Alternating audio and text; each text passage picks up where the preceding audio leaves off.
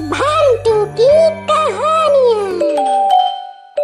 बबली गांव से दूर शहर में पढ़ाई करने आई थी।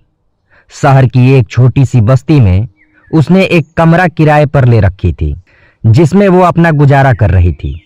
बबली के माँ बाप बहुत ही गरीब थे और बहुत ही मुश्किलों से इंतजाम करके बबली के पढ़ाई के पैसे भिजवा पाते थे। इतने पैसों में तो मेरा कुछ नहीं होने वाला इस शहर में। एक तो कॉलेज की फीस और कमरे का किराया ही इतना ज्यादा है कि क्या बताऊं। अब तो मुझे कुछ करना ही होगा, ऐसे तो मुझे भी परेशानी होगी और मेरे माँ बाबूजी को भी। एक दिन बबली के पिता की चिट्ठी आई कि उसकी माँ की तबीयत बहुत खराब है, इसलिए इस बार वो कम पैसे भेज रहे हैं। बबली उस दिन बहुत परेशान थी।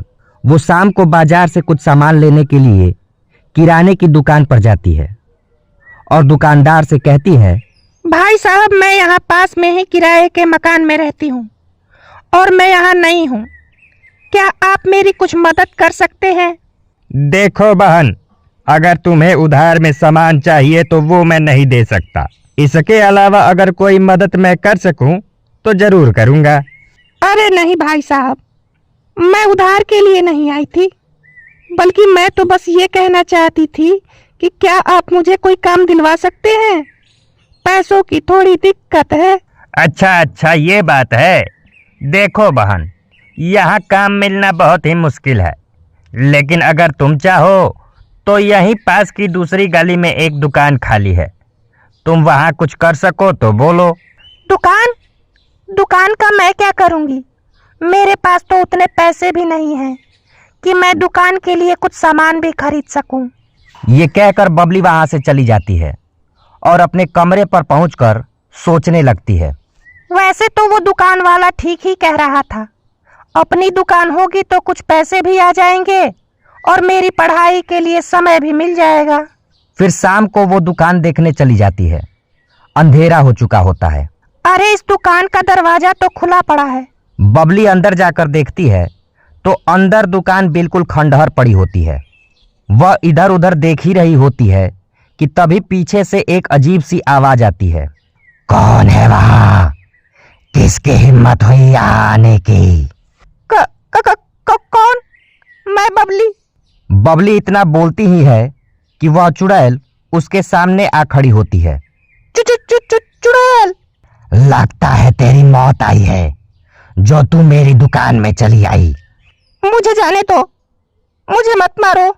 तुझे ना मारूं?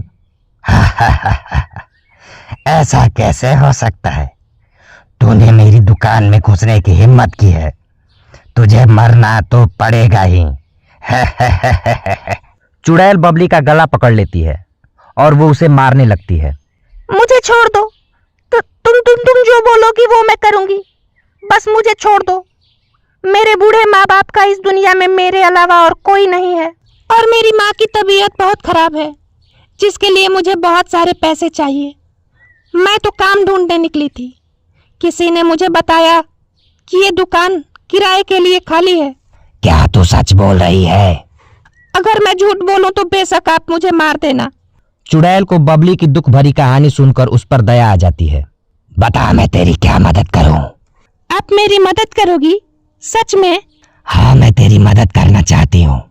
क्या मैं आपके इस दुकान का इस्तेमाल कर सकती हूँ? हाँ, क्यों नहीं। तो बस ये दुकान मुझे कुछ दिनों के लिए दे दो।